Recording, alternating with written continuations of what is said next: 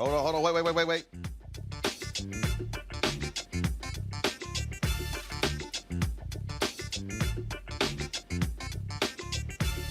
2021, Roland Martin.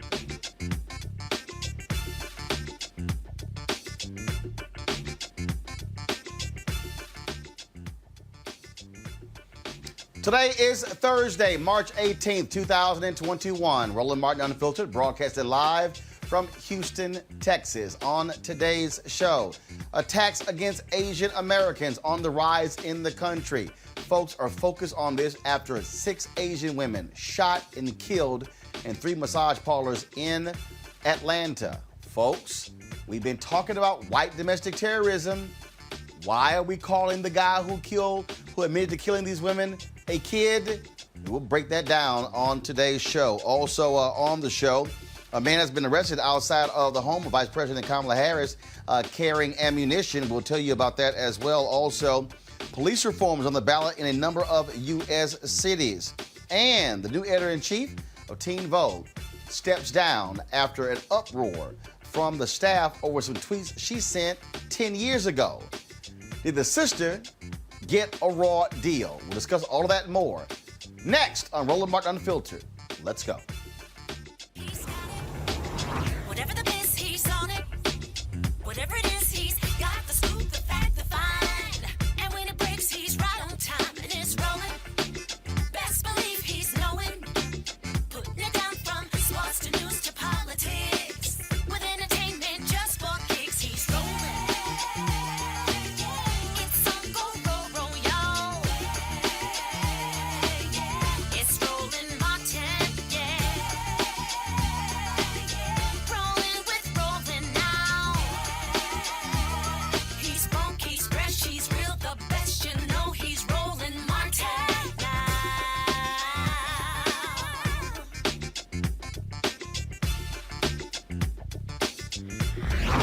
Martin. Today, the U.S. House of Representatives passed the Violence Against Women Act. Republicans, when they were in control, refused to do so. A significant number of Republicans voted against this bill. More than 150. Why? Makes no sense whatsoever. This is what took place today. This has been a long journey, and I think it's important to take note of the many women who have helped us do so, but do this in the name of so many women who've lost their lives. I take this moment on the floor to support the unblock amendment, but as well to encourage my colleagues on the other side of the aisle of how somber and serious a moment this is. That we do not take lightly to the floor, because so many of us in our own congressional districts have seen the scourge of domestic violence. We have seen the rise in domestic violence in a meteoric manner under COVID-19. It is rabid and rampant in all of our cities. Our law enforcement officers have told us it is the most dangerous call that they can possibly make. I'm particularly concerned about sex traffic victims, and I'm very glad in the manager's amendment that it has language in there that indicates that sex trafficking victims experience sexual violence and assault, and that the federal recognition of their recovery is important. We look at all aspects of this important issue in our country. The en bloc amendment represents members' concerns for improving the treatment of women and men, the LGBTQ community, Native Americans, immigrant women, culturally diverse. To the 200 plus organizations of the coalition, I want to say thank you to you for advocating with us. Writing this bill in 2018 and never giving up has been the challenge that I have taken up. I am very grateful to the many women who have joined me.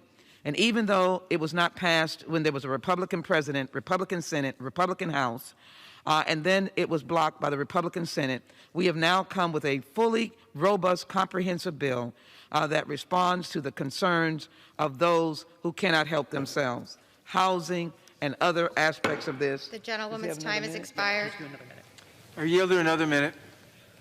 The gentlewoman from Texas is recognized for 1 minute. The provisions that are in this bill pointedly speak to needs that have been brought to our attention by victims. This bill deals with victims. And so when you are fleeing your home because your name is not on the lease or the mortgage, we now have provided an expedited process for you to get housing with your children. We intervene and have cultural and sensitivity training for men and boys. We have a culturally sensitive or sensitivity office inside the Office of Domestic Violence so that women of different cultural backgrounds can be responded to, along with focusing on culturally sensitive advocacy groups to help those women. And yes, we do prevent a convicted person who has perpetrated a stalking or sexual assault from getting a gun. But this bill is controlled by due process in the Constitution. Let's pass this bill. Women are waiting. They can't wait any longer. Men are waiting. Many communities are waiting. We can't wait any longer, and we must pass this bill signed by the President of the United States. With that, I yield back. I'm Congresswoman Joyce Beatty, and I join my colleagues wearing white to support the passage of the Violence Against Women Act. I am a proud co-sponsor of VAWA and join President Biden in stating violence against women is the ugliest form of violence there is. So let's keep women safe and call on the Senate to pass this bill. On this vote, the yeas are 244. The nays are 172. The bill is passed.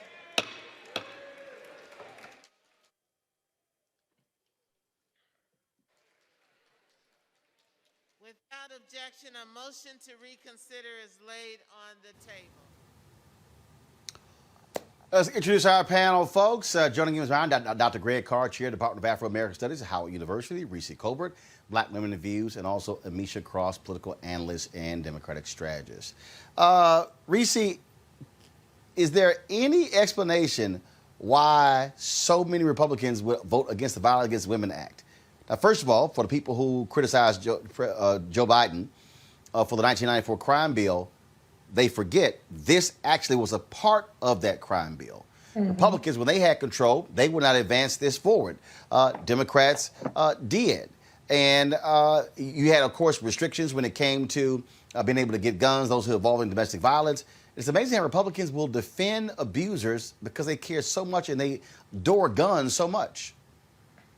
Well, I mean, in addition to the fact that Republicans are irredeemable and they're obstructionists and they don't actually give a damn about the humanity of anybody, all they care about is tax cuts and guns, this isn't surprising. I mean, the reality is that the fact that there are some additional provisions in the bill that relate to gun control, it's kind of par for the course for the Republicans to be against that. Even in the Senate, they're talking about introducing kind of a rival measure that doesn't have the gun measurements in there. But the reality is that domestic abusers tend to be the ones who are people who have animus towards women are the ones who are out there doing these mass shootings. Their violence escalates. And so it's a perfectly reasonable provision to close the boyfriend loophole. We just saw 2 days ago evidence of people or a person, particularly a white male domestic terrorist, who obviously has some sort of not just racist, but misogynistic and hateful attitudes towards women, who was able to get a gun the same day and go down and gun down 6 Asian women. And so Republicans are constantly showing that they are against women and on all of their rights, and that they just are not reasonable governing partners. They're just standing in the way. I really can't understand any logic whatsoever with Amisha opposing the Violence Against Women Act. I can't think of any. Roland, there isn't any. And statistics continue to show us 7 in 10 women. And the number is even higher when we're talking about women who happen to be from people of color backgrounds. The violence against women continues to uptick across this country. And I think that what we heard in the C-SPAN snippet earlier was absolutely correct. We know that during this pandemic, where women have been in lockdown, there have been more violent acts committed against them, specifically because the shelters, the places that they used to go for help, they were not as easily accessible accessible because of the social distancing and because of the regulations around that. So we had some major issues. On a personal note, 2 of my closest friends were murdered by their significant others. And to Reese's point a moment ago, a lot of this is because of the proximity these violent men have with weapons.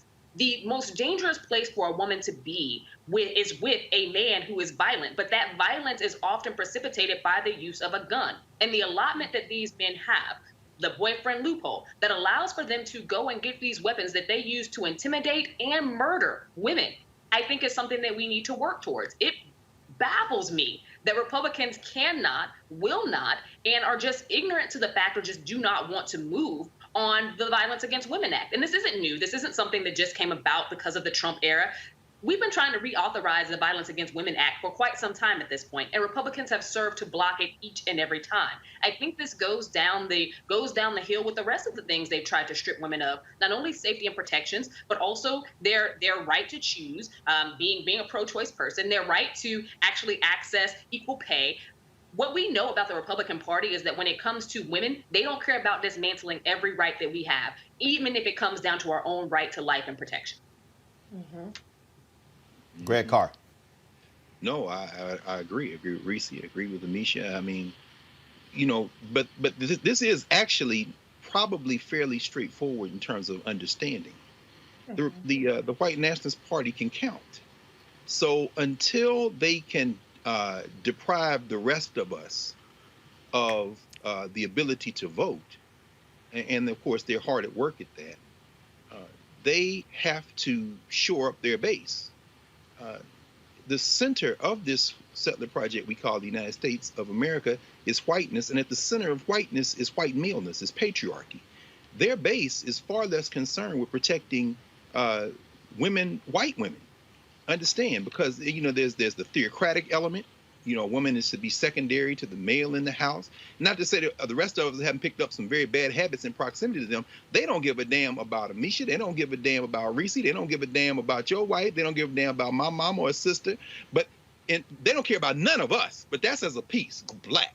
Within whiteness, they don't care about white women. So, you know, I don't think it's an accident that they trot Joni Ernst out to be the one to say, oh, we got some issues with gun control. No, this is fairly simple to understand.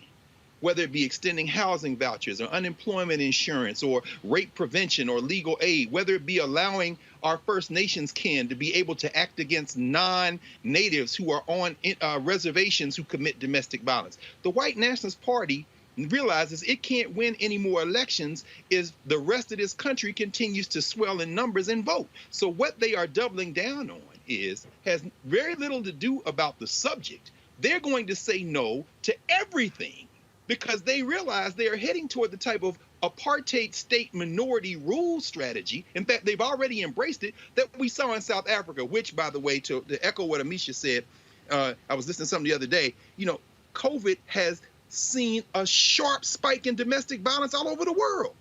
But they don't give a damn about that. They're trying to win elections, which means no to everything at this point. Well, that is absolutely the case. It is shameful and ridiculous because there are women who are seriously being impacted by violence all across this country, such as the violence that we saw that took place in Atlanta. 8 people killed, including 6 Asian women, by a white man who supposedly was angry about his sexual addiction. Now, what's interesting about this story is he bypassed strip clubs. He specifically kills Asian women. But the cops are saying, nah, he was having a bad day, and they do not want to call it a hate crime or race was a motive. That's strange to me. It's strange to me that that would be the decision of those police. We are seeing an increase against Asian Americans. President Joe Biden, when he signed an executive order specifically talking about this. I remember there were a lot of black people who were upset. Oh, I can't believe he's doing that. People hit me on Twitter and YouTube. Folks, we're seeing this. We're seeing the attacks. We're seeing what's taking place in this country. Violence it's violence. This is a race-based attack that we're seeing. We can't deny the reality or be clueless like other folks on this very issue. Joining me right now is Leisha Brooks. She is Chief of Staff for the Southern Poverty Law Center. Glad to have you with us. Can you, again, just share with me how you felt when you watched that news conference of the spokesman in Atlanta stand there and, well, the guy was having a bad day. I have never heard a cop describe somebody who admits to killing 8 people as he was having a bad day. Mm-hmm. Well, thank you for having me on. He just revealed who he was. And if I could refer back to your earlier guest that was talking about kind of white nationalist talking points and white nationalist agenda, it was completely clear that he did not care anything at all about the victims of that horrific crime, that he set out to protect the perpetrator of this violent and racist act. We have to remember that, as you were alluding to, unchecked violence and racist actions against one group, when they go unchecked, they will spill over into another group. Now, it's important for us to remember, of course, that in this country, anti-Asian racism has existed forever, right? Forever, as had misogyny and white supremacy. And these two things, racism, misogyny, patriarchal violence, go hand in hand. And it, as you say, it's up to each of us to stand up against it.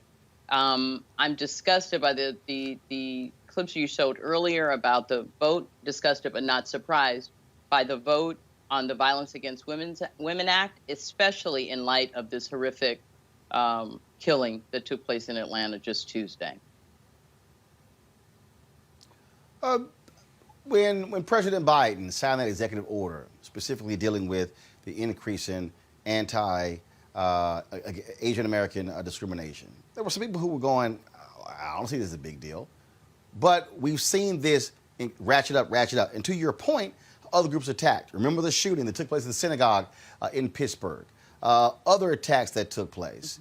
And this refusal, this reluctance of Americans to call it white domestic terrorism. There were some people calling this guy a kid. A 21-year-old person a kid? Right.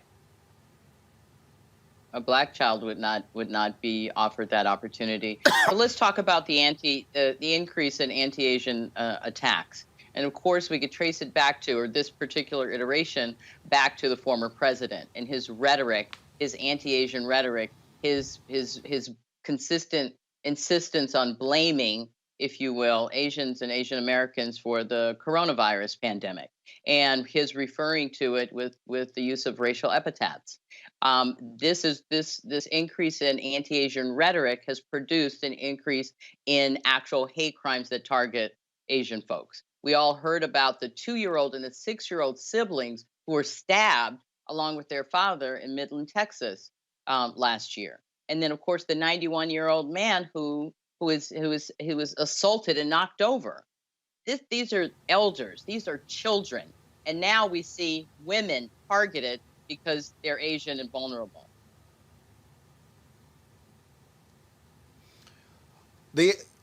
Y'all have been tracking these organizations for a very, very long time. The FBI director has testified at the greatest threat of domestic terrorism is white domestic terrorism. Yet this unwillingness to confront white supremacy, to call it what it is. And frankly, there are people in the media, mainstream media, who won't even go as far as we do in calling it what it is. And I'm going, yo, you're making this easy, but trust me, if a Muslim had walked into a nail shot and killed 6 white women, they'll be turning those communities upside down all across America. You're exactly right. We need to call it what it is. If we have a hope of changing this, if we don't call out white supremacy, if we don't call out the increase in the white nationalist movement, the Southern Poverty Law Center, as you mentioned, has been talking about this for decades, and we have tracked a continued increase in the number of white nationalist groups and individuals who they proved on January 6th that they're more than willing to engage in violence, political violence, anything to advance what they hope to see as a race war, which they believe will then return them to power and the possibility of a white ethno state. So we should not be surprised as that we'll continue to see this as we continue to mark the shifting demographics that occur across the United States, and as whites will become more of a numerical minority, we'll see a consistent uptick in these attacks. This really it's about holding on to power. Center. Yep, sorry. Absolutely. Lisa Brooks, we appreciate it. Thanks a lot. Thank you, Roland. Bye-bye. Greg Carr, I want to start with you. I saw this post by Andrew Yang that I found to be very interesting and problematic, Greg, where Yang was talking about what Asian Americans need to do to show their Americanness. And I really want to say to Brother Yang, guess what? Just like black people, you cannot assimilate into whiteness. You can't. You cannot. No. Unlike white Hispanics who can, Asian Americans, y'all can sit here and wave the flag all you want to. You can sit here and talk about the apple pie, everything else. Trust me, how you look is how they are going to target you. Absolutely. Ask the Japanese who fought for the United States military during World War II at the same time that the Korematsu decision upheld the fact that their relatives were in concentration camps in this country. So yeah, Yang, Andrew Yang's that's an interesting comment by him. He visited Howard Law School when he was running for president, and watched him have an interesting dialogue with the students there. Yang is one of those people who doesn't really have a developed cultural theory in terms of America. He thinks in terms of dollars and cents, and so he kind of leaves space open that we just heard our sister Lisa Brooks really hit on. See, the power of whiteness is in its invisibility. Racism and misogyny are twins from the same womb. Whiteness, at the center of whiteness, is white maleness. You heard Lisa say that. So when Captain J. Baker, shout out to Captain J, he had to defend his brother because as another white man, he understood that this killer, that Aaron Long, was, in the words of Captain J. Baker, fed up. That's important. Yes, bad day is important too, but fed up is the one I want to focus on because, as Lisa Brooks just said, there's a fear rising in this country. You talk about white fear all the time, Roland. What does Robert Aaron Long and what does Jay Baker share? As white men, they're seeing it all slip away, baby. It's starting to slip away now. And so we have to understand also, finally, that he's attacking these Asian Americans, these South Korean women and others, because he feels frustration that comes from the real center of whiteness and white maleness, which is fetishizing not just women. You don't find pornography in pre-colonial Africa. You don't find pornography in indigenous America. You find pornography, literally pornographia, the writing of harlots, coming out of Western Eurasia, chiefly France and other places. So you've already dehumanized women. And then when you talk about non-white women, you dehumanize them, but you have this fetish attraction to them that creates this internal conflict that you can only resolve by not dealing with yourself, but channeling it outward in terms of violence, self-hatred, and killing the object. So the question I would ask is, why the hell we got spas where you can go and have sex in the first place? All of this comes around the question of maleness, and at the center of maleness in this country is white maleness, and they are not going to stop. They're fed up, whether it be passing voting, blocking people from voting, or whether it be going and shooting up spas. These white men are fed up. We better wake up to this.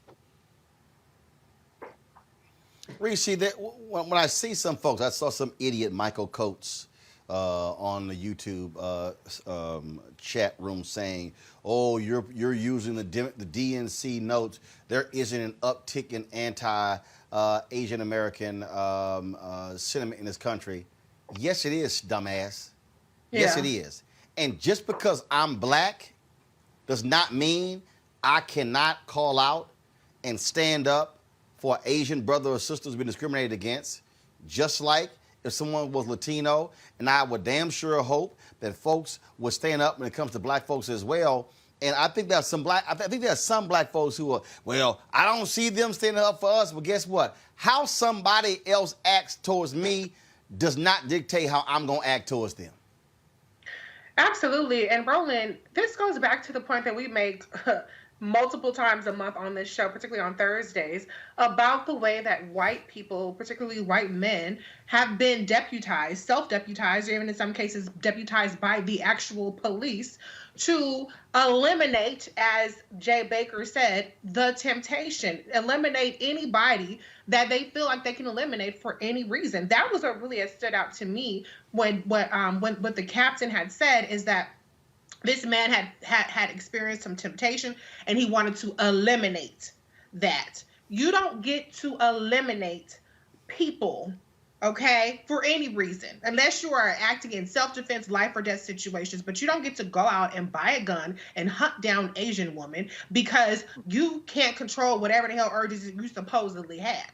But white people have been deputized in this country to eliminate Asian women, to eliminate black people who are minding their business, to harass them, to carry out, to assert some authority over us that they do not have. And that is the pervasive problem that we are all subject to. So no, this isn't just an Asian American problem, even though, yes, absolutely, in this case, we have to stand with our with the Asian community. But that mentality that drove this attack is the same mentality that drives the racial terrorism that black people are subjected to every single day. In the same way that this captain tried to rehabilitate instantly on the spot the image of a white domestic terrorist is the same reason why we don't see justice in our case, because they want to say, oh, he had a bad day, oh, he has an illness, or he has some other situation that's a mitigating factor. There's no mitigating factor for murder, and there's no mitigating factor for terrorism. And so we have to all, as a unit, stand up and say, this is unacceptable. Maybe next time we'll have more people standing with us, maybe not, but we are not exempt from this kind of behavior whatsoever, regardless of who it's perpetrated against.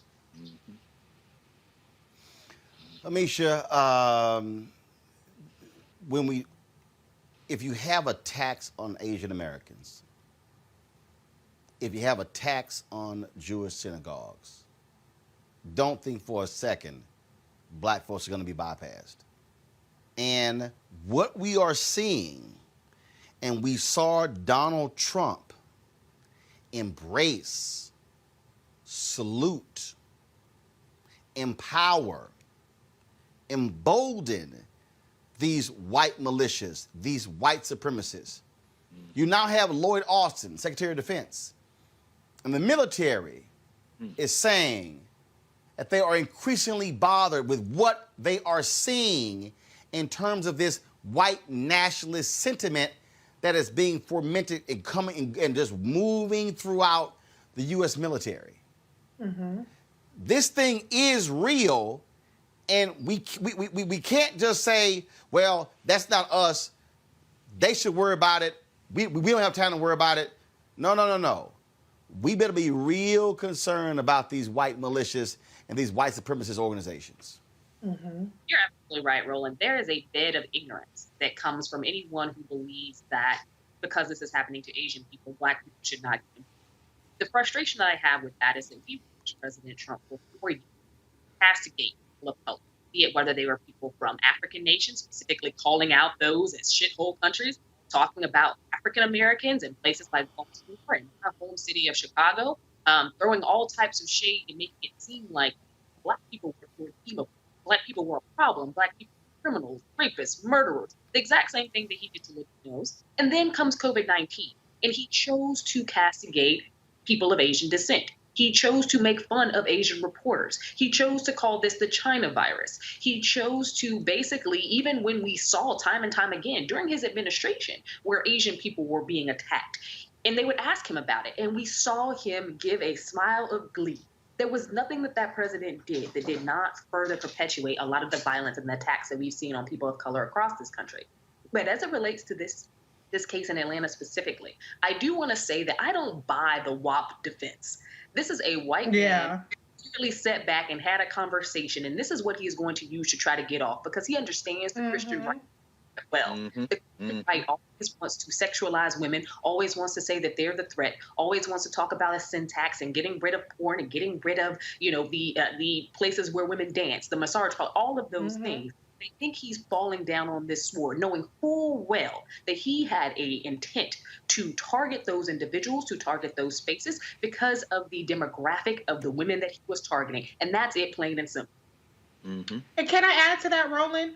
Because what the Asian American community is seeing is what we experience every time. When you're a person of color and you're a victim, you're the one who goes on trial. We don't know if these women were sex workers, and even if they were sex workers, that does not give anybody license to murder them. But now the onus has shifted from the fact that we're not talking about this as much as a hate crime, but we're talking about sex workers and what these women may or may not have been doing. And that's what they always do. It's disgusting. Before we even learn the name and the ages of these women, they're being characterized by the police as sex workers, or the insinuation is put out there. And that is disgusting. That's a violation of them. And I'm not saying disgusting. I'm not anti-sex worker, be clear, but I'm just saying we don't know what they were doing. And Mayor Keisha Lance's bottom, to her credit, said that these were legally operating businesses. But this is what they do. They deflect, and they put the attention,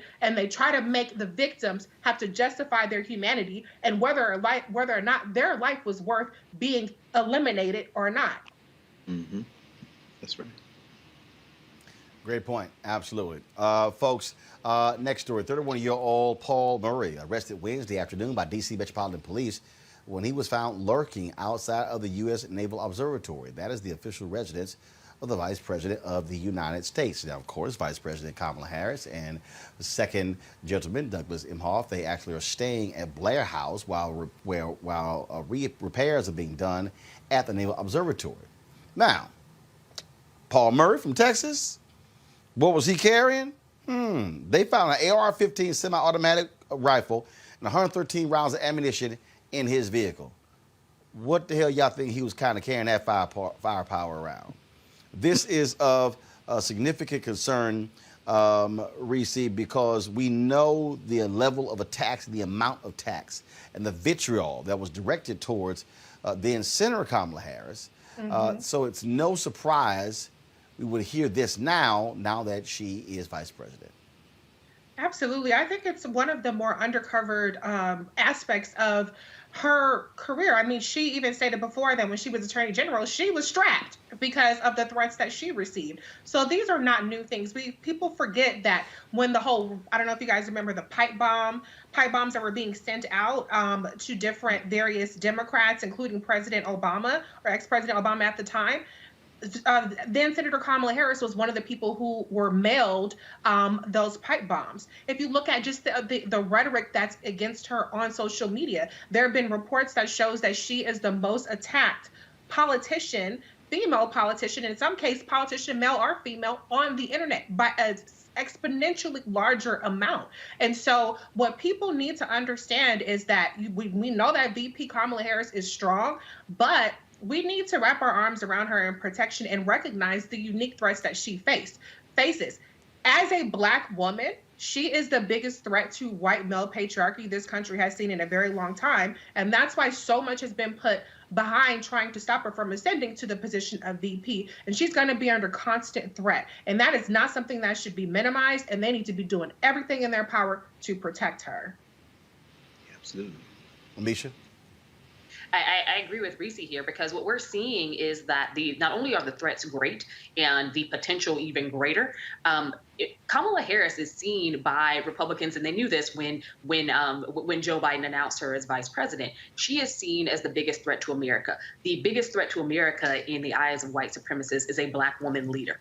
And I think that because obviously, her ascension from vice president to president when she decides to run, that is disruptive to the entire white scheme of how things are supposed to go in these systems. And I think that to the point of them really pushing We're seeing these white domestic terrorist groups. We're also seeing we're seeing leaders of the right-wing media talk about her 24/7 as though she is a terrorist that needs to be removed, even though she's a sitting vice president and has served in the Senate, has served at the state levels as well.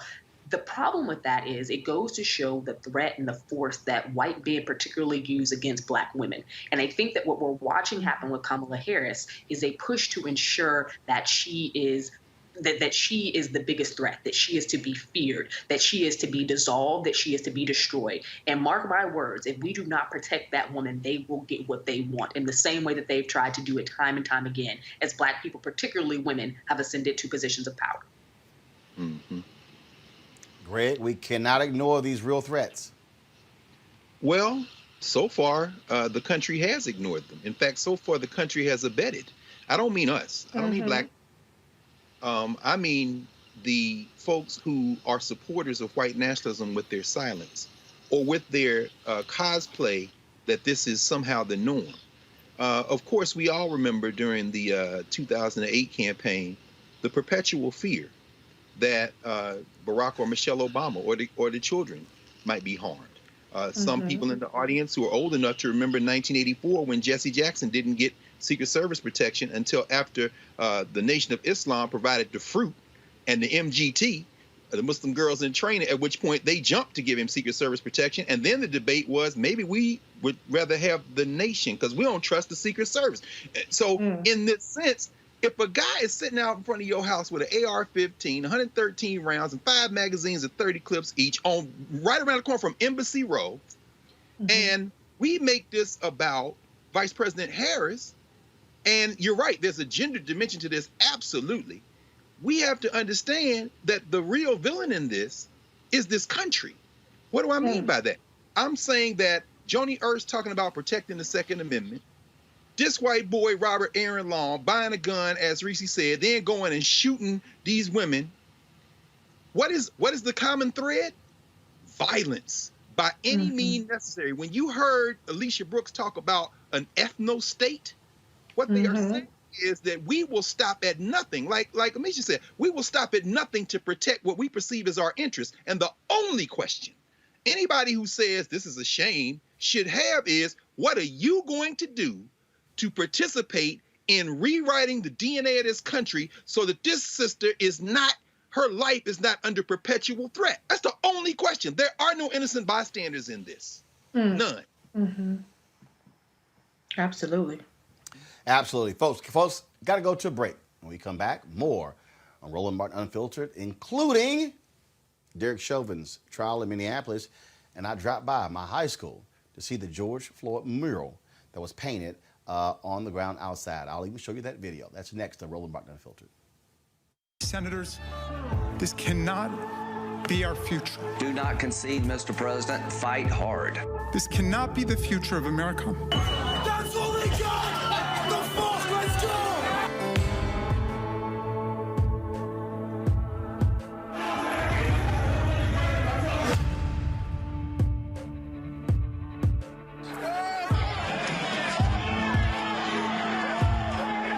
American patriots start taking down names and kicking ass. Where the fuck are they?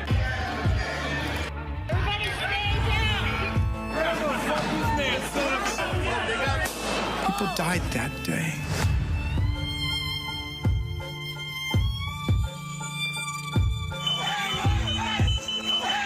What message will we send the rest of the world? What happened today in Washington, D.C. is not America has stood for some very important things. I think what we've seen in the United States is terribly distressing. Incited by the current president. President Trump. The world is watching and wondering whether we are who we say we are. You were patriots, just like the patriots gathered at Bunker Hill. The election in many ways was stolen. Blessed are the peacemakers, for they shall be called the children of God. And at one point, people started chanting, kill him with his own gun.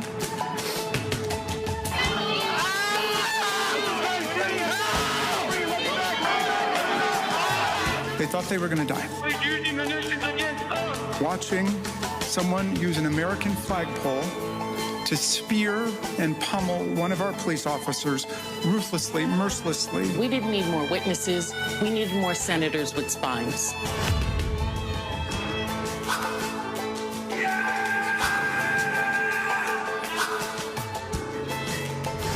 President Trump declared his conduct totally appropriate. So if he gets back into office and it happens again, we'll have no one to blame but ourselves. Hi, everybody. This is Jonathan Nelson. Hi, this is Cheryl Lee Ralph, and you are watching Roland Martin, Unfiltered. Hi, I'm Kim Burrell. Hi, I'm Carl Payne. Hey, everybody. This is Sherry Shepard. You're watching Roland Martin, Unfiltered.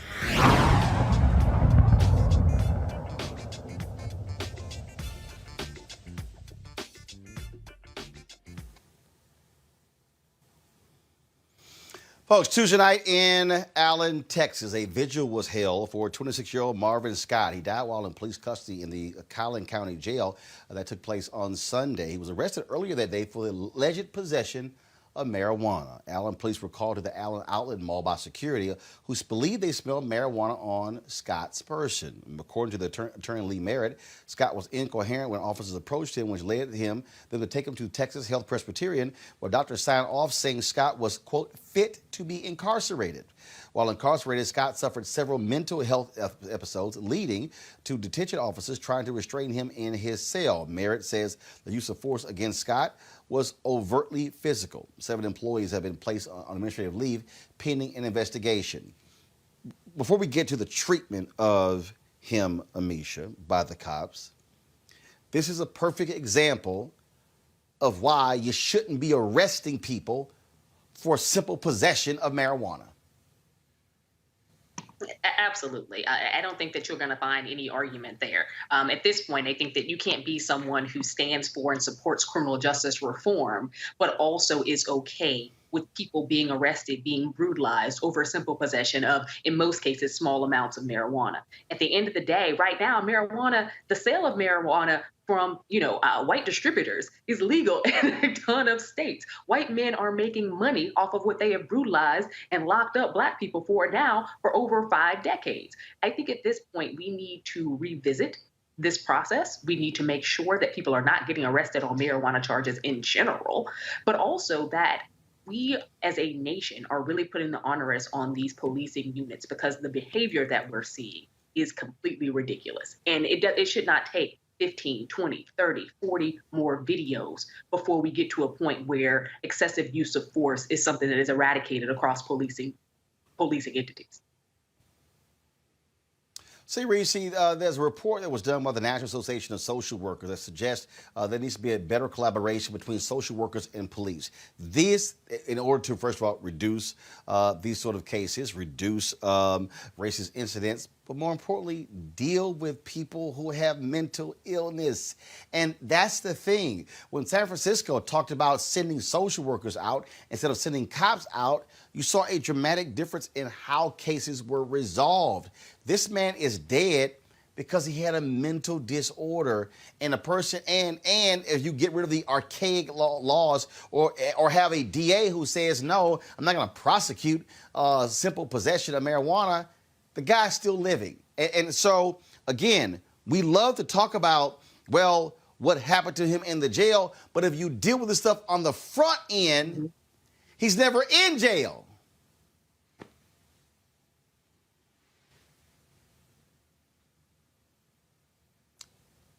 Sorry, Reese's okay. on mute. I can't hear Reese. I got it. What's crazy is that there was actually a doctor who signed off on him being quote unquote fit to go to jail. Why would you sign off on sending him to be incarcerated when he's in the middle of a mental health episode? And again, to Misha's point, why is he even getting arrested over simple possession of marijuana?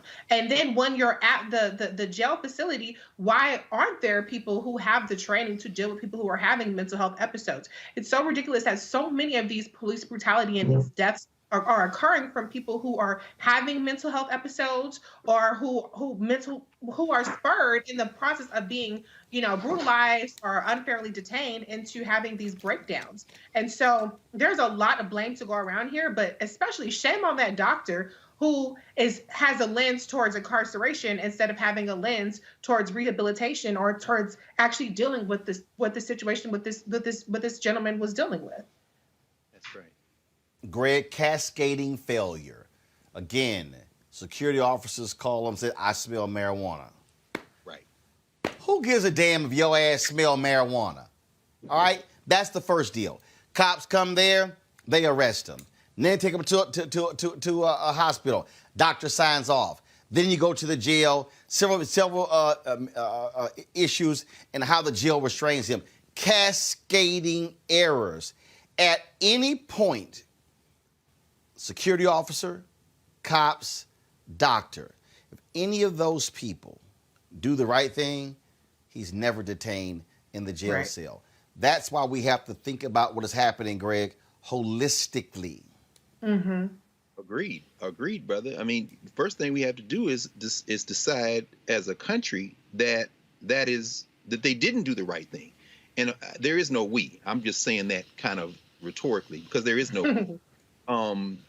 Clearly, those people thought, if you smell marijuana in D.C., they've decriminalized it. You can't call the police. Of course, this is a different place. Texas, they all did the right thing because they're policing black bodies, whether it be deputy police like that white boy sitting out in front of Kamala Harris and Doug Inhofe's house, or whether it be this security guard. They see, okay, this brother Marvin Scott Jr., his parents got to now preside over a funeral. But guess what? We know a couple of things. We know that marijuana is going to be legalized in the United States shortly. Why? Last week, 8 days ago, the lower chamber of the Mexican legislature voted to legalize marijuana. It's going to pass the Senate in Mexico, and Lopez Obrador is going to sign it. That is 2 years after Canada legalized it. Mexico got 130 million people. They are primed to be the largest exporter of legal marijuana in the world, and their major client is going to be those states in this country that have already legalized marijuana. The market, in other words, is going to force, because now the United States is going to be sandwiched between two countries that are going to be exporting. I'm sorry, number two in exporting marijuana is Canada. The business market is going to force these coward politicians to legalize marijuana. But that's not going to do Marvin Scott Jr. any good, because like Kamala Harris, like those sisters down there in Georgia, he is not white, which means every white person is deputized to regulate his life and death. And they're going to bring him back off suspension after they said, well, y'all follow procedure. He just, I guess, what the hell, not guilty. Mm-hmm. Yep. Again, and this is why, again, as we go back to is when you use the phrase defund the police, hey, this is what they're talking about. They're talking about the shifting of resources away from cops to social services. Mm-hmm. That's what they're talking about, Amisha. No, you're absolutely correct. This is a case that should have never been handed to the cops. At the end of the day, when you know that somebody has a mental health disorder, and this was a verifiable mental health disorder, you do not treat them in the way that we saw this man get treated. First and foremost, we know that police themselves, as well as the sheriffs and county officials, they don't have experience in, nor have they been trained in how to deal with mental health and mental illness. Therefore, they should not be the people called out or the people who we expect to lead in advocacy or know how to take care of individuals who are having mental health episodes. What I do think we need to do, and what funding should go towards, is more social services, more wraparound services. Right now in America, 9 in 10 people who are sitting in jails across this country have verifiable mental health issues. That is a ridiculous number of people. That tells me that our issue is over-criminalizing, or criminalizing in general, mental health and mental illness. We're not technically criminalizing actual behaviors in terms of things that are violent acts. The majority of people who are serving time in federal prisons as well as our state prisons aren't there because they killed somebody, not there because they stabbed somebody. They're there because they have mental health issues. And that tells me something about how we treat our policing and how our policing needs to change. Mm-hmm. Look, bottom line is this here. What we have to have is a real... I constantly talk, Reese, about this has to be the third Reconstruction. Mm-hmm. And this is a perfect example of what I'm talking about, Reconstruction. we have to reconstruct. We have to deconstruct, then reconstruct policing in this country. Because what has happened, it has been driven by white supremacy. It has been driven by this white supremacist-fueled law and order, which means keep all of them in check. And it has resulted in this police state we're living in where the answer to everything is call the cops, call the cops, call the cops. If it will pain me to hear another example of a black mother calling the cops because she cannot control her son. And her son is dead. And the mother has to live with, I'm the one who called the cops. You're right, Roland. But you know what? Honestly, the onus is going to be on the white people in this country to determine that they're willing to give up their white supremacist deputies and the ability to have that power to police, eliminate, and oversee everybody. And to be honest, there are plenty of victims of police brutality that are not black, that are not Latino, that are not Asian, that are actually white Americans. But that's what they're willing to do to deal with in order to keep that oversight and that brutality against the rest of us. And so there's a reconstruction that needs to happen in this country, but unfortunately the system is acting as it's designed for who it's designed for, which is to keep us in this white nationalist state. And I don't want to sound like I'm being hyperbolic here, but this is how it's supposed to work. It's supposed to keep us subjugated. It's supposed to make sure that we can turn a situation that should be so minor, such as drug possession or a failure to signal, in the case of Sandra Bland, or any number of things, selling Lucy cigarettes, and I can go on and on and on, into executions, extrajudicial executions. That's what the system is doing because that's how it's been designed to work for so long. And until white folks say, this is enough, then we're going to all be subjected to it. Maybe we can get some legislative progress with, for instance, the George Floyd Justice and Policing Act. Maybe we can get some progressive prosecutors. Maybe we can get some work done here and there. But the system is always going to work as it's designed until people are fed up with it enough. That's right. That's right. Greg, final comment.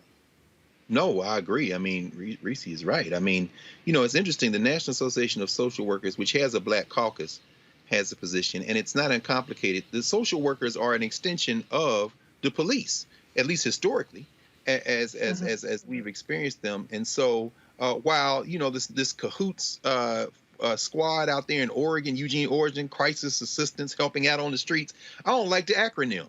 Why you in cahoots with the police? Yeah, I would prefer to see you than them. But as you say, I don't trust any of y'all because our experience with social workers has often been, these are the people that take your children. These are the people that don't approve your adoption. These are the people who decide on a standard that they bring into your house that these people aren't safe in your own house, which is why I would be very much more interested in seeing what the National Association of Black Social Workers, 1968 started, have to say on this issue. I'm thinking about my man Joe Benton, who was the immediate past president. It'd be interesting to hear what the National Association of Black Social Workers have to say, because they have been fighting a war inside social work on these very issues of don't even call the social workers, y'all. Please don't call the social workers. And so, what Amisha just said and what Reese just said, it makes so much sense. This is a structural arrangement that is functioning just fine, but it's getting ready to explode because the demographics is going to explode under the weight of the demographics. So we got to reconstruct this whole thing. This ain't about tinkering around the edges. Folks, jury selection continues in Minneapolis in the trial of Derek Chauvin, the former Minneapolis cop on trial for the murder of George Floyd.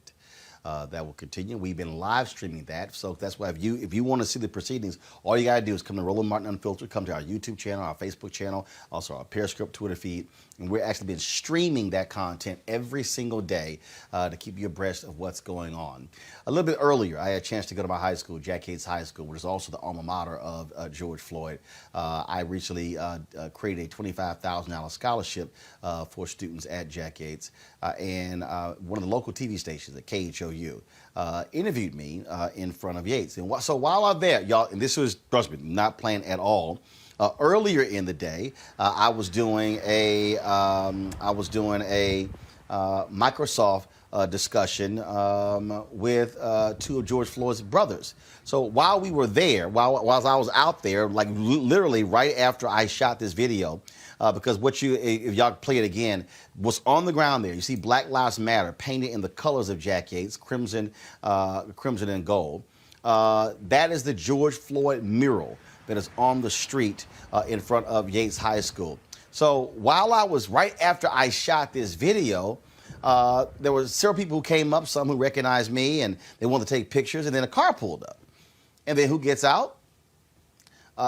George Floyd's daughter, Gianna Floyd. This is the photo. So I had a chance to chat with her, take a photo with her. And so this is us standing out there on the street in front of that mural right in front of Jack Yates High School. One of the things that we talked about today in the conversation with the Microsoft, it was worldwide with the Microsoft folks, Greg, and I kept talking about the aftermath, where we stand, and all of these companies making promises and we're going to change this and do this.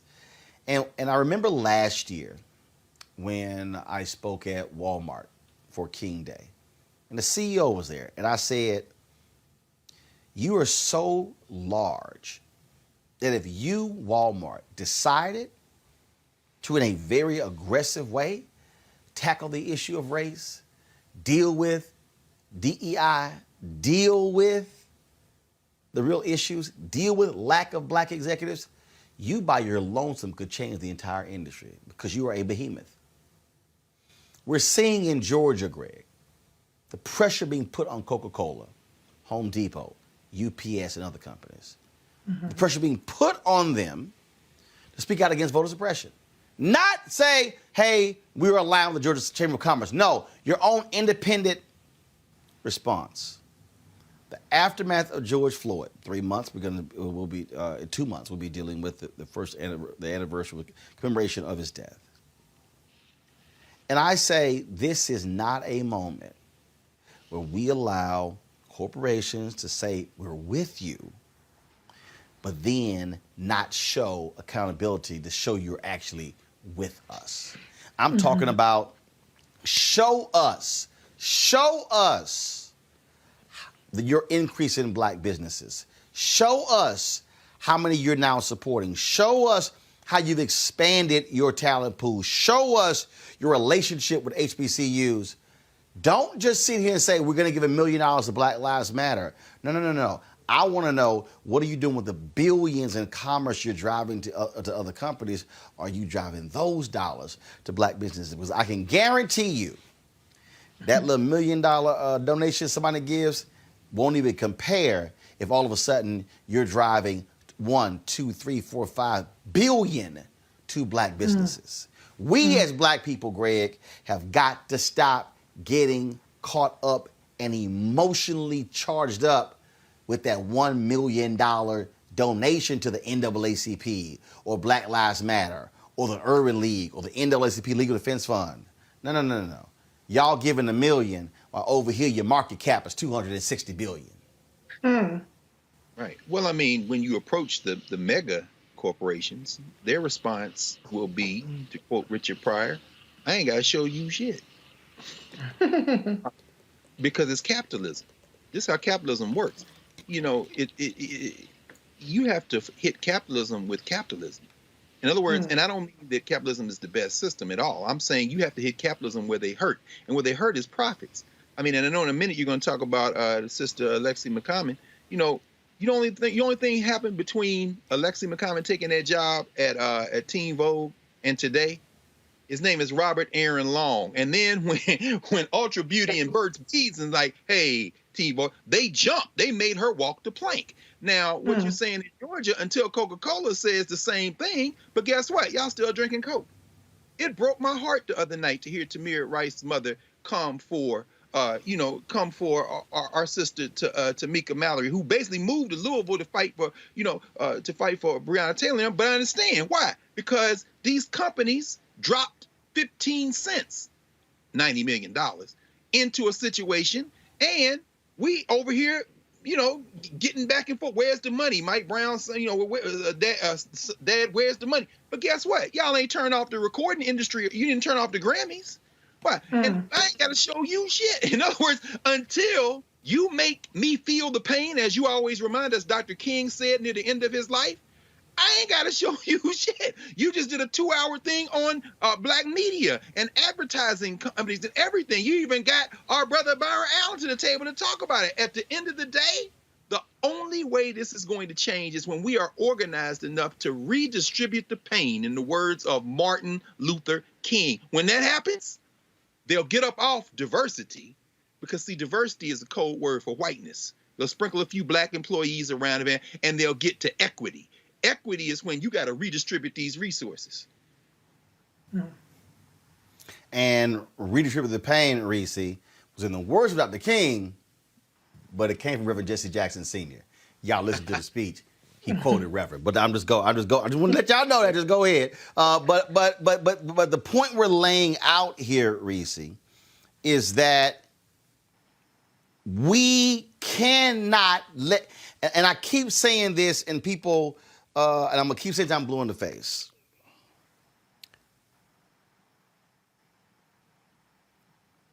We cannot let non-black folk continue to monetize blackness and not allow black people to monetize ourselves. We simply cannot do it. We simply, I mean, the reason the other night we were talking about black targeted versus black owned media, you keep giving money to black targeted, that ain't going to black people. That's right. That's going to white-led conglomerates already. That ain't going to black people. That's not building black wealth. That's not building up black families. It's not. So again, 10 months after George Floyd, we have got to have a different state of mind and not let folk pimp us for change. And then we laud them for hiring one black person, but then when you pull the curtain back, is 200 other people and ain't nobody black. Ain't that some? Yeah, absolutely. First, I do want to say, though, that picture with Gianna Floyd is just so heartwarming to me. She's such a beautiful little girl. So thank you for sharing that picture. But to your point, Roland, this is about more than just gestures. It's about more than just rhetoric, and about basically what it is commodifying black movements. And that's what it is. And I echo what Dr. Carr said. I do feel bad for somebody like Tamika Mallory, who for one is not Black Lives Matter. She has her own organization, which is Until Freedom. So she has nothing to do with the fact that Black Lives Matter raised $90 million. What does that have to do with her? But when I see constantly more and more where we see more TV shows, more commercials, more award shows, it's all about showing this we're in solidarity with you, and it's all for show versus putting something actually behind that. And that's where we have a responsibility, not just to, as Dr. Carr said, fight capitalism with capitalism, but we have a responsibility to, as I've said many times, continue to push for Black-owned businesses like what you do, Roland. We have to validate Black-owned businesses and demand that they get a piece of the pie. A lot of times, Roland, when I see you make a comment about Black media or whatever the situation may be, you got people say, "Oh, Roland is just talking mess," or why are you making demands, and they want you to hush up, when there should be more and more people behind you. And so if we put our weight behind Black businesses, if we find out who those Black businesses are, and we find out who the Black talent is, not just the onesie twosie, they like to trot out the same people and move them from this board to that board. And, they only got a handful of people that they let be put on. And that's who they just recycle. If we say we want more people, we want our talent to be put on, we want equity, we want ownership, and we want our things that we own to be invested in, then we can have more power. But as long as we're satisfied with the gestures and, well, we see it on TV, so I guess we're making progress because now they're talking about our issues, that's not gonna move us forward. The thing here, Amisha, for me, is it's 2021, and when so-and-so is the first black woman to do this, and so-and-so is the first African-American to do this, so-and-so is the first, and oh man, hey, Ross Brewer was named CEO of Walgreens, and this person became executive vice president. And I'm sitting here going, the liberation of our people will not be predicated on one person getting a job. And it's also not going to happen when we have black people in corporate America who operate from the point of view of, man, it sure is lonely at the top. Come on, man. If your ass didn't bring nobody with you, that's your damn fault. That's your fault. I have a clear expectation, Amisha, that if you become a black CEO, I expect you to do this here. Open the door. Yes, sir. Because guess what? When white CEOs take over, they bring all they boys in. Especially they bring white women. all they people in. Right. No, so what I'm saying is, I want to see a black CEO roll up and say, here my first 8 hires, and they all black. And if somebody goes, they're all black. And then you say, yeah. Because when the last CEO brought in 8 white folks, y'all didn't say nothing. See, Amisha, if we're not intentional, all we doing is celebrating one person getting a check and everybody else still starving. That's right. You're absolutely correct, Roland. And we get to the point where not only do we have to lift as we climb, but after we get there, Black people cannot act as though it's a danger for us to bring other Black people on, because if we do, we'll lose our spot. That happens more oftentimes than not. Black people get to that executive level, as rare as it is. And once they get there, the fear is that if they add somebody, all of a sudden the spoils that they've gained are going to go away. And I think we have to break out of that mentality. We have to continue to advance. We have to continue to understand that just because we made it doesn't mean there isn't an equally talented or smart or strategic Black person out there that we need to bring along as well. But also that we are the people who are going to hire us. It is our job responsibility once we get there to make sure that we are reaching back and that we are pulling others along as well. Because there are far too many talented Black people out here who will never get the chance unless we are the ones who open those doors. And I think we have to get beyond that short-sightedness that says that competition of other Black people is going to knock us out of our spot. That keeps us from actually elevating other Black people once we get there. Because I've seen people do that, reach that executive level, and guess who they hire? Rebecca the white girl. They hire the Black. And it is a frustrating point of contention for me as a Black woman who has risen, who continues to rise, who works with youth, but also other Black people who are early in their careers or mid-career, who need to get to that next level. I do not mind sharing contacts. I do not mind bringing people on. I do not mind sharing anything that I have to make sure that Black people get to where they need to be. But I've heard from others, it is such a rarity. It is shocking that you do this, because there are people who literally are intimidated by talented Black people. And many of those folks are also talented Black people who are currently in the positions today.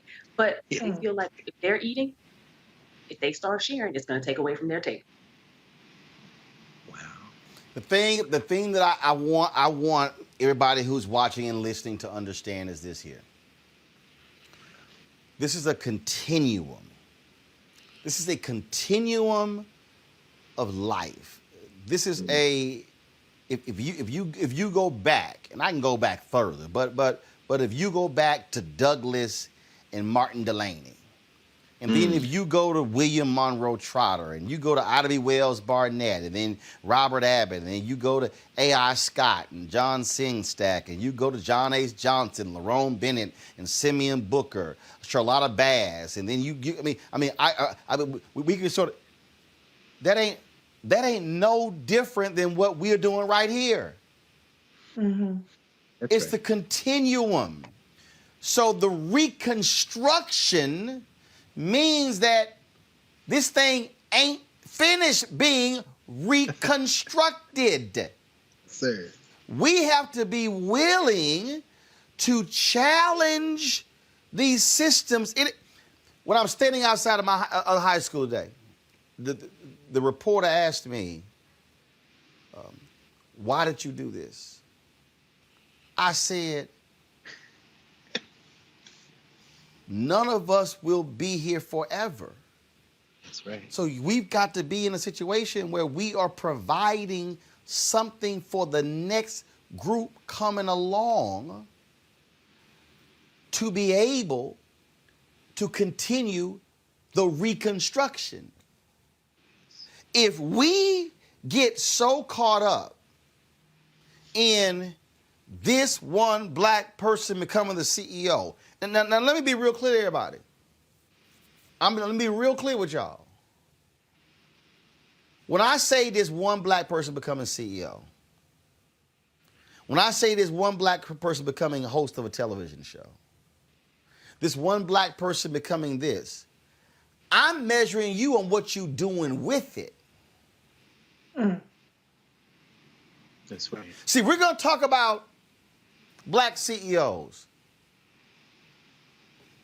You want to talk about what you did something with it? Do y'all know that in the history of America, when we've had these black CEOs, you've had Ken Chenault, American Express, you've had Franklin Raines, you've had Thompson, who was a chairman of Symantec, Ursula Burns at Xerox. Y'all realize that when Thasunda Duckett was named as the CEO of TIAA, that is the first time in history that a black CEO was followed by a black CEO. Roger Ferguson retires. Duckett is picked to replace Ferguson. Never in history has a Fortune 500 black CEO been replaced by a black CEO. See, so the real track record, so everybody, when we sit out here and we, the black CEO, the black president, or the black COO, or the black, no. You're going to be measured by how many did you bring in. Right. Because if you're black and you come in and you got the power and you don't create the next wave, I didn't say ripple, I said wave, of black executives, well, hell, it wasn't no different between you and a white executive. All that means is one black person got a check. That's right.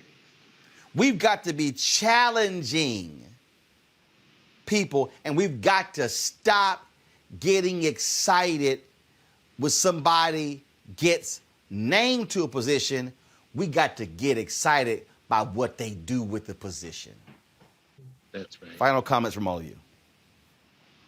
That's right. Well, I'd say this very quickly, Roland. I mean, the first black syndrome, we should be way past that. And, you know, interesting, as a professor at NYU, Scott Galloway, does some interesting work. And he said, you know, we talk about Fortune 500, but really, particularly over this year of COVID, the boom in tech has created, between Google, between Facebook, between Apple, and between Amazon, a flattening. Even there's no Fortune 500. It's them four and a handful of others, Walmart, and then the rest of them are going to be scrambling around. This is the moment when we can literally restructure the terms of this political economy. And so the old ways of doing it, yeah, maybe you got two people hired, maybe you mentored folks and you had breakfasts and dinners with them. No. Sink your resources into Roland Martin Unfiltered. Sink your resources into black advertising and media. I was on a Facebook Live today with Frances Draper, the owner of the Afro, talking about from John Murphy to now. I mean, watching her and watching them employ black reporters, employ black folk who would give them the advertising dollars. We've got to seize this moment.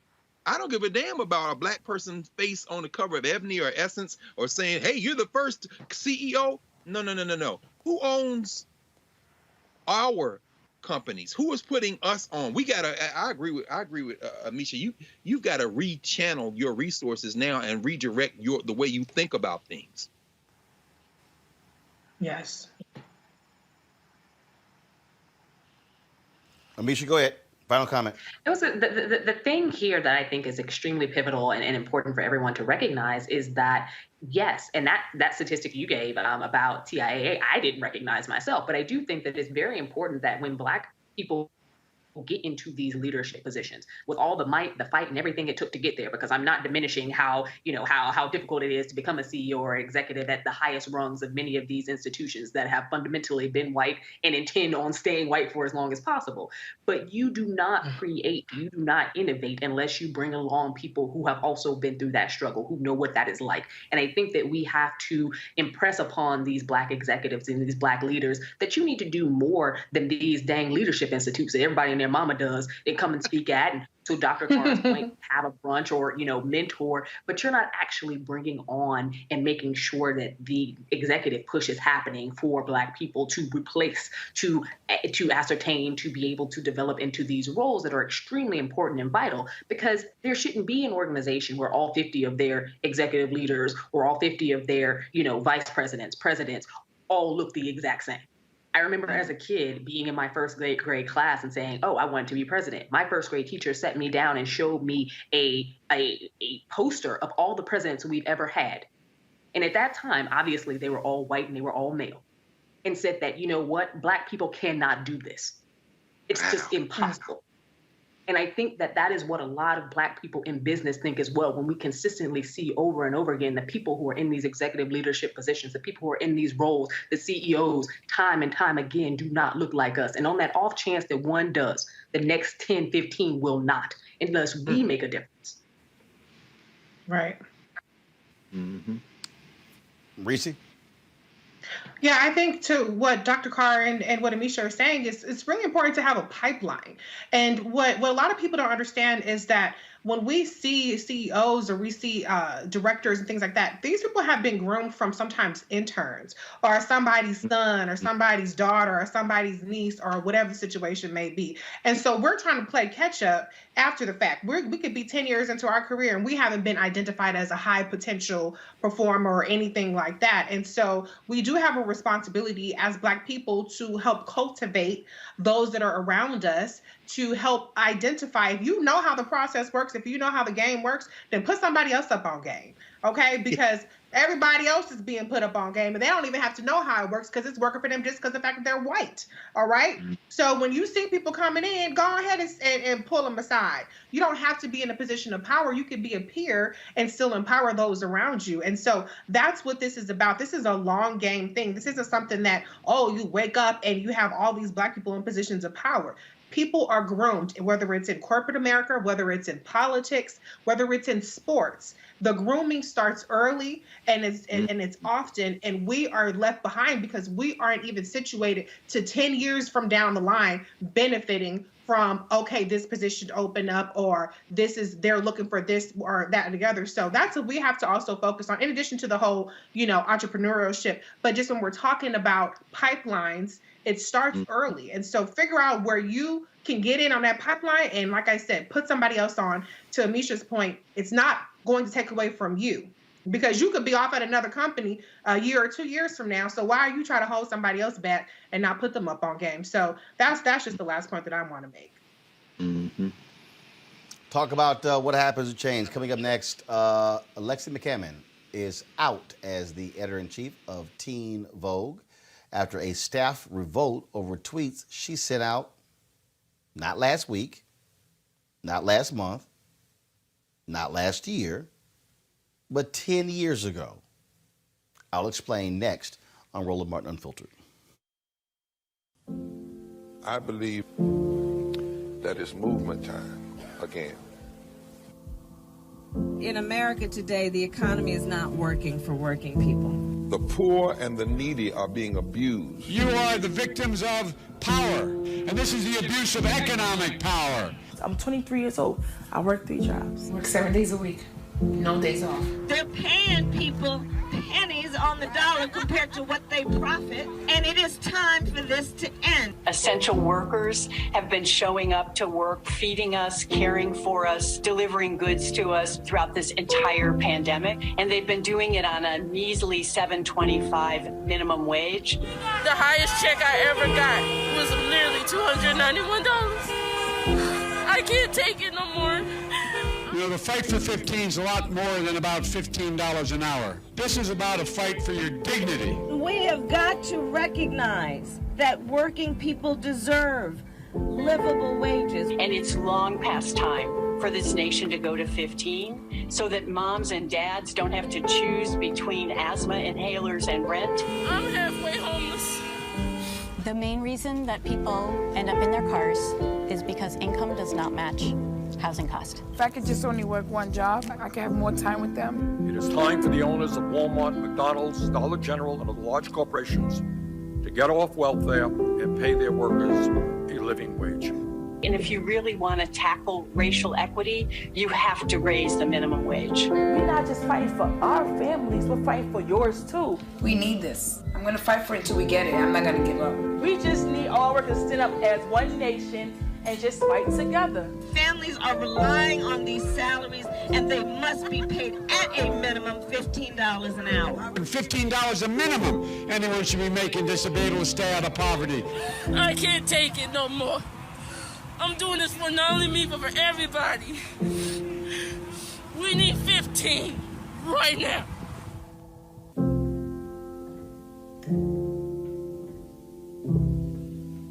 What you're speaking on is taking risk. What you're speaking on is sacrifice. What you're speaking on is actually putting yourself in the mud to be in whatever positionality you play in this society. You got to make a choice to say, I'm going to roll over and let these white folks come in here and do what they do, or I'm going to at least choose to be a resistor in this component. Where I do my thing, I'm going to resist. I reside with the resistors. If you find me, I'm going to be with the people. If I'm washing dishes, we dropping dishes. If I'm delivering pieces, we taking some back to Pookie and Ray Ray because we know they ain't got no food at the house. Whatever I'm doing, I'm never in the position to reaffirm a goddamn thing that they got going on. And I don't care how I play it, I don't care what I put on, I don't care what suit, what tie I put on, I don't care how clean I look for the day, I don't care how prestigious I talk for the day. If I'm in the building, black folks getting something out the deal.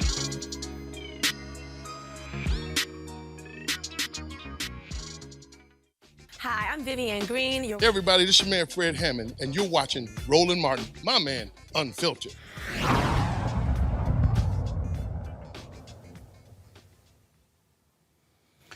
The newly appointed editor-in-chief of Teen Vogue has resigned after a staff uproar over anti-Asian tweets she sent out 10 years ago when she was 17 years old and in college. Alexi McCammon, a 27-year-old rising star in the industry. She worked with Axios for the 2019 NABJ Emerging Journalist of the Year. Well, she was appointed earlier this month to be the editor-in-chief.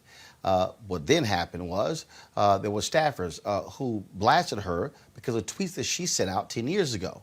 Now, she addressed those tweets 2 years ago, apologized for them, deleted them, but now they come back and lead to her resigning her position. She posted a statement on Twitter. I'm going to read that statement. If y'all have that statement there, go ahead and pull it up, please. But in the statement, she said that they parted ways. That is, she as well as Condé Nast, who hired her, agreed to part ways. Allow me to read this for you, folks. And this story, I was actually on a call earlier and saw this, and here's, I know her, I know Alexi, like I said, she's in NABJ, but it still was shocking to lots of people how this whole thing went down that forced her. She said, I became a journalist to help lift up the stories and voices of our most vulnerable communities. As a young woman of color, that's part of the reason I was so excited to lead the Teen Vogue team in its next chapter. My past tweets have overshadowed the work I've done to highlight the people and issues that I care about. issues that Teen Vogue has worked tirelessly to share with the world. And so Condé Nast and I have decided to part ways. I should not have tweeted what I did, and I have taken full responsibility for that. I look at my work and growth in the years since and have redoubled my commitment to growing in the years to come as both a person and as a professional. I wish the talented team at Teen Vogue the absolute best moving forward. Their work has never been more important, and I will be rooting for them. There are so many stories left to be told, especially those about marginalized communities and the issues affecting them. I hope to have the opportunity to rejoin the ranks of tireless journalists who are shining light on the issues that matter every single day. Reese, there are very few African Americans who hold the top spot among mainstream magazines. Very few. Very few at Condé Nast. And to be 27 years old to be the EIC is also a pretty big deal. Now, as I said, the tweets were posted 10 years ago. She was 17. The controversy erupted 2 years ago. It comes back in 2021. So the question a lot of people are posing is she supposed to apologize every time she gets a new job? Is she supposed to lose opportunities because of what she posted when she was 17 years old? The question is, can we forgive somebody who made a mistake when they were 17? Because what she tweeted was wrong and horrible. But do we hold that against them forever? Your thoughts? When you black, the answer is yes. When you black, as long as you in your place, it's okay. All that was in the past. That was a long time ago. But as soon as you start to ascend to the next level, it's always going to be an issue. I applaud Alexi for taking accountability and for unequivocally, being apologetic and being accountable for her tweets, even though she was young, to as you have pointed out. But I think this goes back to what we were talking about earlier, where, for one, like you said, this was not a new controversy. It was something that was already addressed in 2019. It was something that Anna Wintour and the leadership at Condé Nast was aware of in terms of her tweets. And so what they calculated is, okay, maybe she gets a little blowback, but in the meantime, we get our little woke points because we put a black woman and she's going to make history. We're going to get all these good, headlines from the fact that we put a young black woman over the magazine. Meanwhile, behind the scenes, the team at Teen Vogue is galvanizing against her. So she wasn't going to succeed anyway because of the fact that there were people who were going to be resistant to her leadership, which is something that happens often when black people are in charge. I'm not excusing or even addressing her tweets in and of itself, but it probably would have been something else. Let me just put it like that. But the bottom line is that Condé Nast got what they wanted, which was the good publicity and the good feedback from making this history with Alexi, only to turn around and throw her under the bus and allow her to fall on her sword. It's unfortunate timing that, the events that we've seen unfold over the last couple of days. Obviously, it's unconscionable to try to defend anything that has any kind of anti-Asian rhetoric, but at the same time, it's just kind of like now you just want to make an example out of her. So at the end of the day, what she said was wrong. She took accountability for it. I hope that this doesn't ruin her future. But we've seen time and time again, it's even happening right now with Kristen Clark. It's happening with all these women of color nominees talking about their tweets. It doesn't matter how benign the tweets are. If you're saying anything that they don't like, they try to smack you back down. And so my whole thing is, let's see who they put after Alexi. Let's see if this was all just a gimmick to like I said, get those good headlines and those woke points in the, as we are dealing with this racial reckoning. And let's see what they do now. Because if it's just, okay, well, we tried the Blackie for a couple of weeks. She had some tweets, which we already knew about. Now she got to go. Let's go back to status quo. Then I would say they all full of shit. Mm-hmm. Amisha, what was interesting here is I asked some folks on my Twitter feed saying, well, if this was somebody white who said something, you'd be feeling differently. I said, actually, I wouldn't. If that was somebody white who had some awful tweets at 17, first, I am factoring in you're 17. That's first. 17-year-olds do stupid shit. I can tell you right now, I've warned every single one of my nieces and nephews about things that they have tweeted. And in fact, there have been times when I've seen stuff and I called them and I've said, delete that bullshit. Take that down.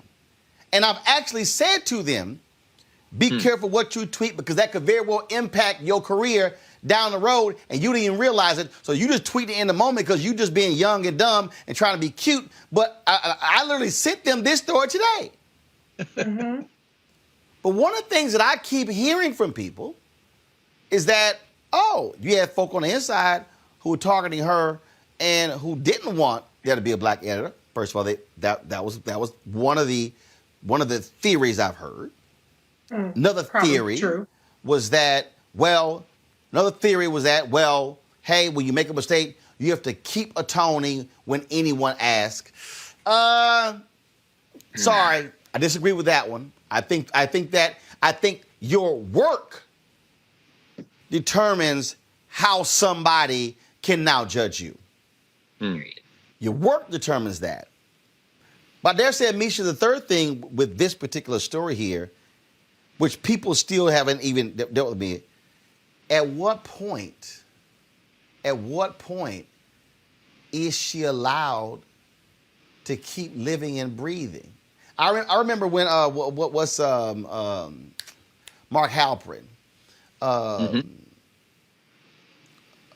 said it to me, well, am I supposed to never have a job? And I said, well, first of all, Mark, you apologize in an interview, but you have never apologized personally to the women who you were masturbating behind your desk. Oh, no, I said, no, bro. I said, no.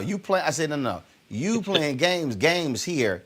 This here, to me, is a moment where, and it's not because I know her, it's not because she's black, it's a moment, Amisha, where you say, first of all, now I really can pressure you, and you're going to have to do extra to show us you mean business.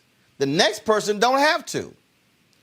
I think it was a mistake on the part of the staff not to accept her additional apologies and then say, we're going to judge you on what you do the next 6 months to a year. We'll be watching. To me, that should have happened. It's frustrating, Roland. And you know, I'll preface this with saying that I know Alexi personally. The frustrating part here for me is that they're holding her accountable for something not only that happened at 17, but something that she has apologized 70 times 7 already. Like, this has been covered and covered fully. And it was something that they knew about before she came on and something that she knew she was going to face when she got there because those ripplings happened. A lot of this is blowback because there are many people within this industry who just don't want to see a young black woman rise to an editor level. They just don't, especially at a historically white spot.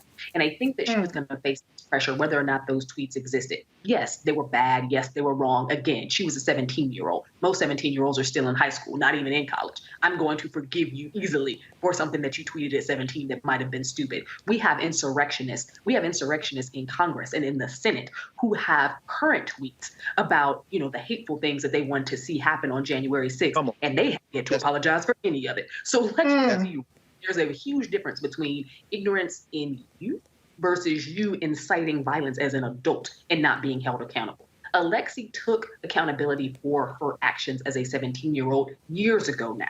At this point, as someone who has risen in the ranks, who held her own at Axios, who has interviewed presidents, vice presidents, candidates, here, there, everywhere, somebody who has proven herself worthy of the position at which she was in, because nobody just gives black people anything. So you got to prove yourself worthy time again to get there. And to still be treated like this, that is a problem for me. Because how many times does she have to apologize?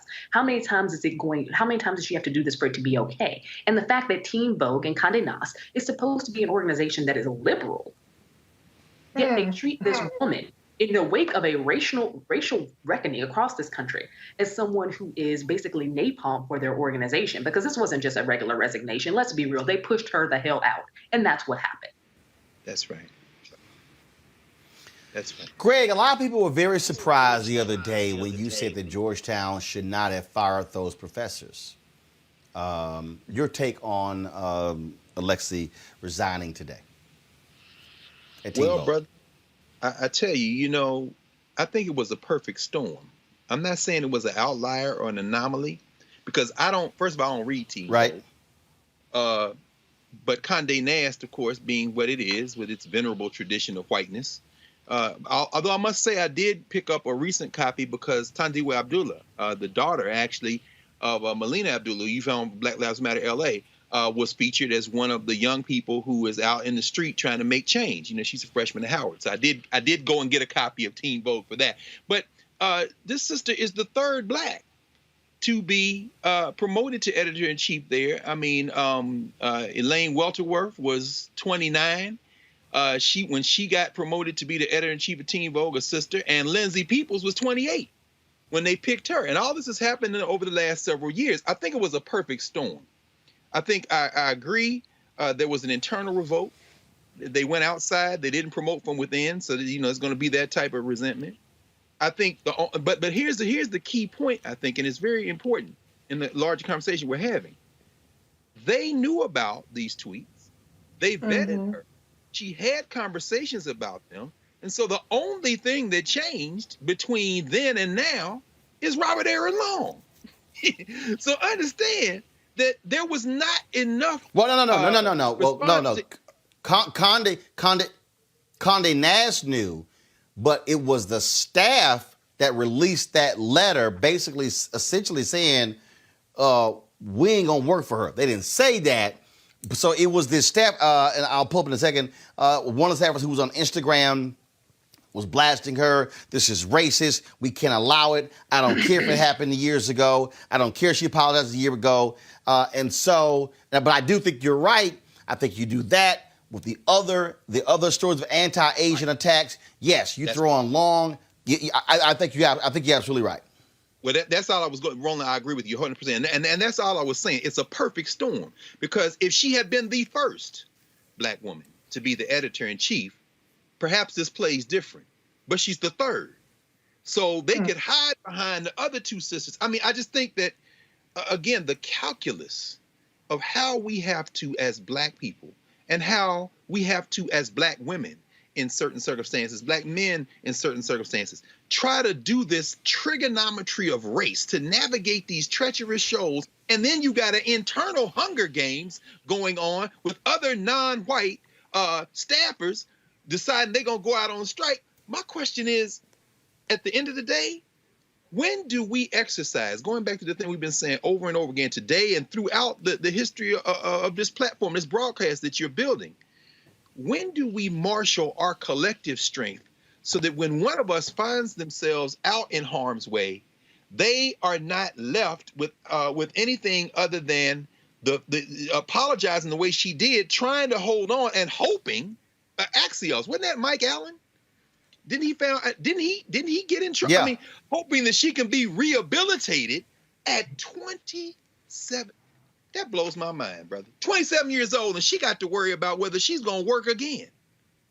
That is inconceivable, except you are in a position where white institutional power can have complete sway over your life chances because we haven't continued to develop or extend the spaces that can be counterweights to this world where whim can converge, and now you out of a job and worried about the rest of your career. And can I add to, Absolutely. Black people are always expected to forgive and forget and move on. Let's do an oppo dump on every single one of these Teen Vogue folks. Let's do an oppo dump on the past 10, actually not even just 10 years, but back to when you 17. Let's see what you said about Black people. And let's see how many of y'all end up being forced to resign. And so I think it's interesting that the history, as Dr. Carr pointed out, that Condé Nast has with their racism against Black people or their problematic behavior. How many times has this happened where somebody has resigned over anti-Blackness or racism towards Black people? So let's just keep the same energy. That's fine. Let's establish this. This is the standard going forward. If you've ever said anything, then you got to go. So let's keep that same energy and let's vet the white people that come behind or everybody. Let's vet everybody the same way. Let's hold everybody to the same standard. And then let's see how many people that we have left to run these magazines, including Anna Wintour. All right. That's right. All right, precisely. Folks, we'll leave it right there. I certainly appreciate all three of you being with us. Thank you so very much, folks. Don't forget, if you want to support what we do here at Roland Martin Unfiltered, please join our Bring the Funk fan club. This allows for us to be able to do the kind of coverage, travel the country, be able to tell the stories that impact you. You saw the promo. We're going to have Tef Poe tomorrow. I sat down with him recently. We were in St. Louis. Y'all want to miss this. Tef was bringing the funk. Trust me, you don't want to miss it. Support us, Cash App, $RM Unfiltered, PayPal.me/R Martin Unfiltered, Venmo.com/RM Unfiltered, Zelle, Roland at RolandSMartin.com or Roland at RolandMartinUnfiltered.com. And of course, you can send a money order to New Vision Media Inc., 1625 K Street, Northwest, Suite 400, Washington, D.C., 2006. Folks, that is it for me. I will be here in Houston tomorrow. Cameron Champ. Brother on the PGA Tour. He has called the Mac Invitational, named after his grandfather, a brother who taught him how to play golf. That's why I am here. Cameron with the Texas A&M played on the golf team there. His dad, Jeff Champ, asked me to come down and participate tomorrow. Cameron and I are going to be interviewing the great Lee Elder, the first African-American to play in the Masters. And so we'll be broadcasting tomorrow. So don't forget that, and then, of course, the Tef Poe interview. Folks, I shall see you then. Holla!